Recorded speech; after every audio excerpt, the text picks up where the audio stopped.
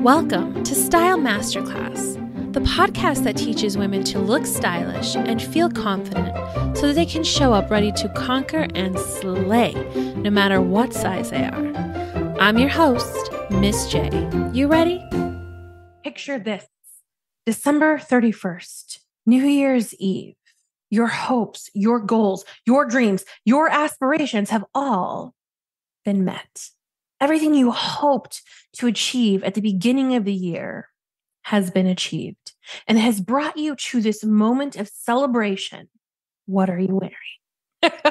That is the question we're going to be working with today. I'm Judith Gatan. I am a master certified coach and personal stylist, founder and creator of the Style Masterclass Podcast, Style Masterclass program, and the Modern Charm School.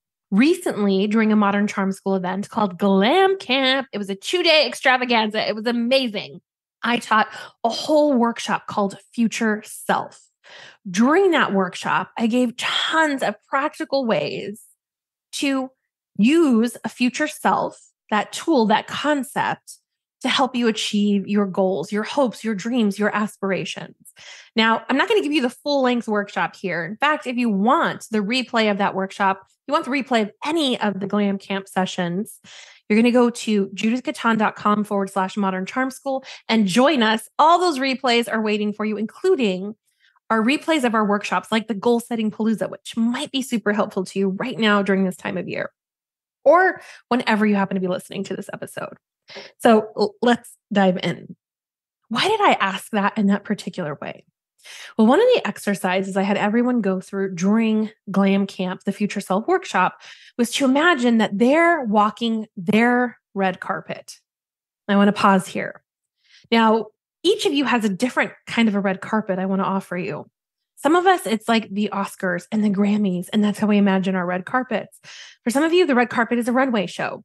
For some of you, it's just having a really successful meeting for your business, a really successful launch in your business, that the experiment that you've been working on at work is actually going to get funded. For some of you, you sold that beautiful piece of farm equipment and you want to celebrate that. I'm using examples from my real world clients who have myriads of backgrounds and jobs, and each of their red carpet looks a little different. So the first thing I want you to do is imagine what your red carpet would be. You've achieved some goal or some success you've worked really hard on. The thing has been done, baby. We can celebrate it. So I want you to imagine you celebrating on whatever your proverbial red carpet is. The second thing is I want you to imagine what you would be wearing. Again, for each of my clients, it's going to be totally different. Some of them are going to be totally rocking jeans and hoodies. They're going to be their best fitting pair of jeans and their most sumptuous hoodies with their favorite prints and sayings on it. For some of them, they're going to be wearing white lab coats in front of their colleagues. For some of them, they are going to be dressed in ball gowns and going down actual red carpets. All of them, it's going to be totally different. The cool thing is we want to celebrate that difference. My red carpet celebration is going to be totally different from yours, as it should be, which is why I want this to be unique to you. So your red carpet, what you would be wearing. Why did I ask, what would you be wearing? Well, it's so interesting to me, especially for my clients who really want to hold on to their holy, stained, worn out, disgusting, yucky clothes. And they're like, well, nobody sees me. It doesn't matter. You see you, darling, and you matter. Even when you imagine a future event, you never imagine yourself showing up in your most raggedy, janky, stained, holy garments. The clothes you're wearing are usually the best you've got.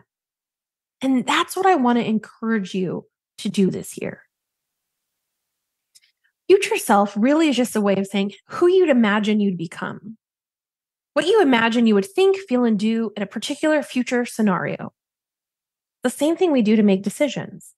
We imagine an outcome, and then we make decisions based on how we imagine that outcome to be. Sometimes people balk at the idea of, well, it's imaginary, future self. It sounds so woo. Well, that's how you actually make decisions. You imagine an outcome and then you make decisions based on that imaginary outcome. I'm asking you to do the same here for 3 really important reasons. Number 1, I want you to get the pleasure of imagining your success. So that when you go to do the hard work, the tough thing, the thing you don't really want to do, the thing you've been procrastinating on, you can conjure up that imaginary moment where you've succeeded as a way to help encourage you forward.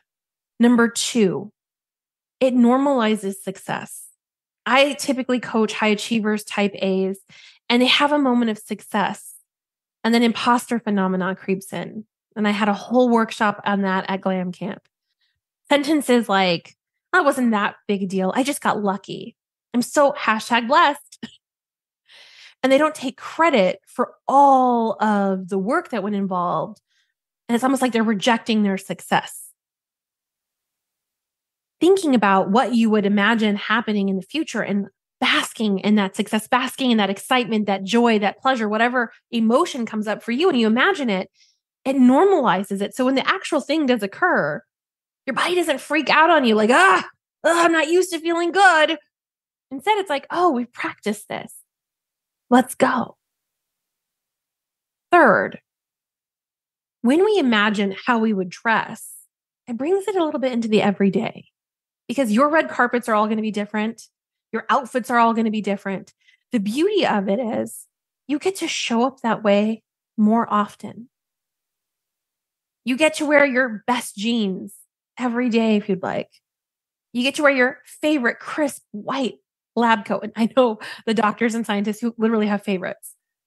You get to wear your favorite scrubs every day. You get to wear the good stuff now.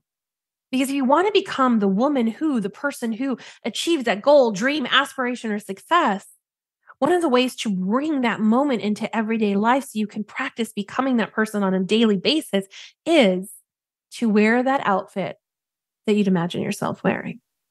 Now, some of you are like, but Miss J, I imagine a ball gown. That's not exactly apropos for my everyday gear. Well, maybe a little bit of sparkle is. Maybe doing that red carpet worthy makeup. Maybe just a bold lip to remind yourself. Maybe it could be some baubles that you normally wouldn't bust out except for quote unquote special occasions. There's so many ways to play with this. Your Glam Gal mission, should you choose to accept it for New Year's Style Dare number 1, is to imagine that red carpet moment of success. Imagine what you would be wearing and bring that outfit, those thoughts, those feelings into your everyday experience by playing with your imagination on purpose and then bringing it into real life with what you choose to wear. That's what I have for you today. If you want to get any of those replays of those workshops I talked about, like how to overcome imposter phenomena, how to have presence and command a room. Yes, we did a workshop on that, and the Future Self workshop I keep telling you about. Join Modern Charm School. JudithGaton.com/Modern Charm School. Until next time, darlings, stay tuned for New Year's Style Dare number 2. Thank you for listening to today's episode. To learn more about how to work with me, go to JudithGaton.com. Click on the Start Here button to get access to my free personal style class. I give you a quick style win, a confidence boost, and you walk away with the tools to start getting stylish. Who doesn't love that? See you there. Miss J out.